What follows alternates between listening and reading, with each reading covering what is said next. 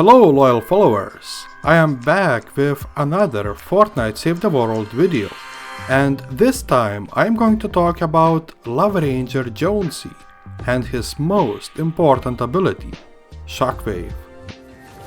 Shockwave is an excellent ability for crowded situations, and mist monsters as well, except smashers and mini-bosses. Shockwave is the primary Love Ranger Jonesy ability. Second ability, Frag Grenade, is pretty good as well, because it has good synergy with the hero loadout. Going Commando is a decent damage ability, but it does not fit with my hero loadout very well. The first class perk, Suppressive Fire, helps to fight tougher enemies like mist monsters and especially smashers and mini-bosses easier. Stay Frosty class perk has synergy with the build and weapon loadout. Both class perks fit here pretty well. Love Ranger Jonesy's description is aim for the heart. In my case, it should be aim for the crowd, or at least aim for the hearts in plural. Okay, his standard perk, Power Impact, increases shockwave radius by 37.5%, which can be useful for shockwave builds only. Commander perk has no additional bonuses, but it increases shockwave radius by a vast amount, which is 112.5%. Maybe this perk can look ineffective and not competitive for high power level missions, but it is enjoyable to use against hordes of enemies. My current hero loadout can kill Husklings, regular husks, huskies, and sometimes even mist monsters like Blaster and Taker in power level 132 missions with a single shockwave playing solo. With the full decent power level party, I have no problems to do the most damage in 140 power level missions. I really like Power Impact Plus Commander perk, and Shockwave is one of my favorite abilities in Save the World. I am using the newest team perk, Happy Holidays, which reduces ability cooldowns by 40%. Keep in mind that it stacks independently from other cooldown reduction perks. What does that mean? It means that you have to count different abilities cooldown sources separately. My hero loadout can be an example. The regular shockwave cooldown is 25 seconds.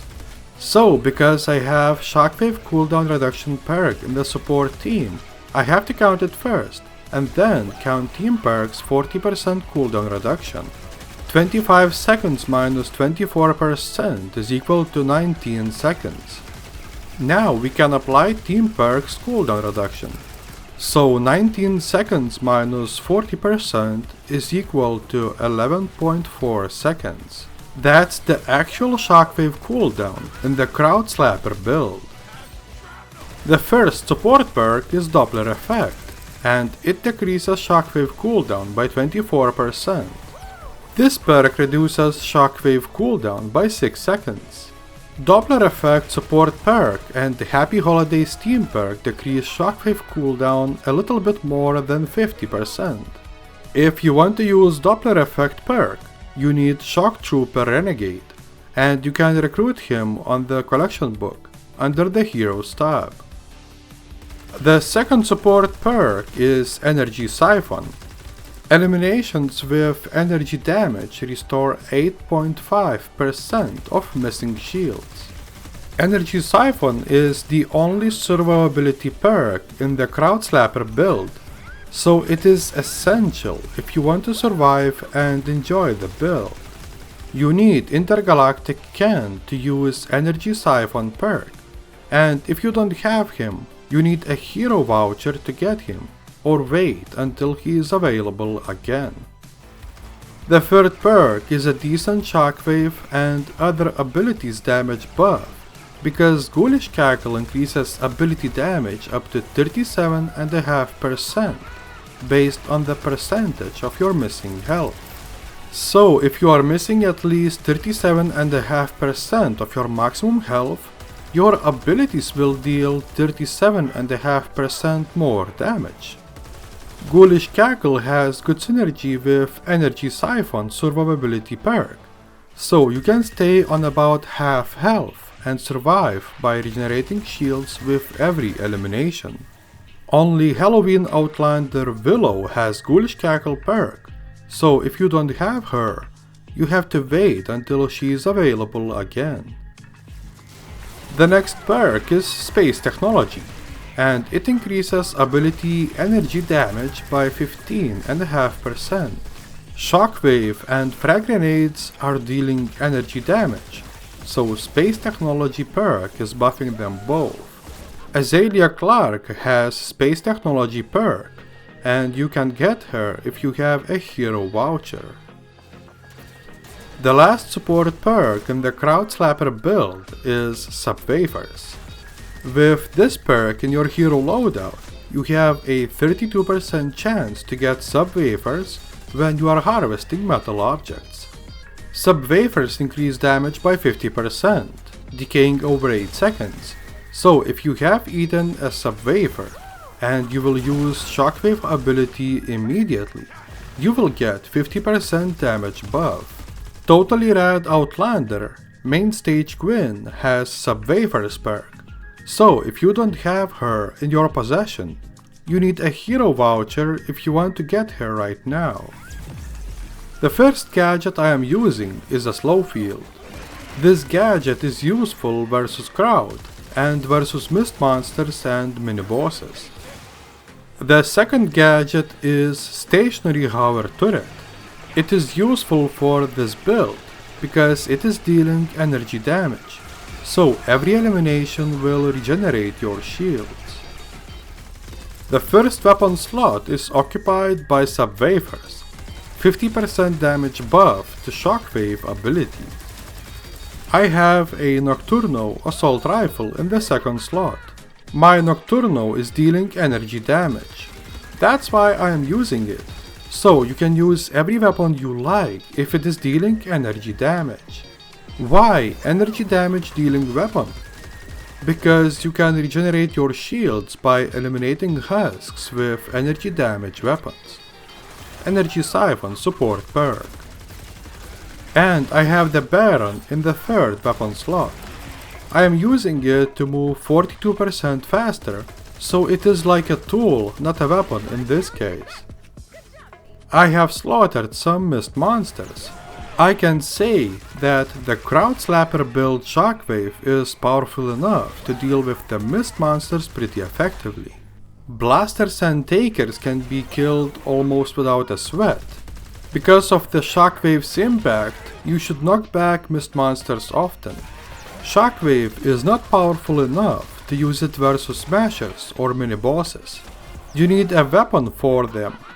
But if you see a lot of enemies like Husklings, Huskies and mist monsters together, Love Ranger Jonesy's Shockwave will clean the trash and you have to finish the rest. So let's take a look at the downsides of the Crowd Slapper build. The first disadvantage is the lack of damage versus fierce mist monsters like smashers and mini-bosses. The Crowd Slapper build is made to demolish the majority, not the minority. Some players can find the Crowd Slapper build survivability poor, but that depends on the player's skill level in my opinion. And if you are playing solo in the high power level missions, you can feel survivability poor as well. Now about the good side of the Crowd Slapper build. The Crowd Slapper is a decent build to eliminate the majority of monsters. Enjoyable build to play, destroy the encampments or eliminate and collect missions.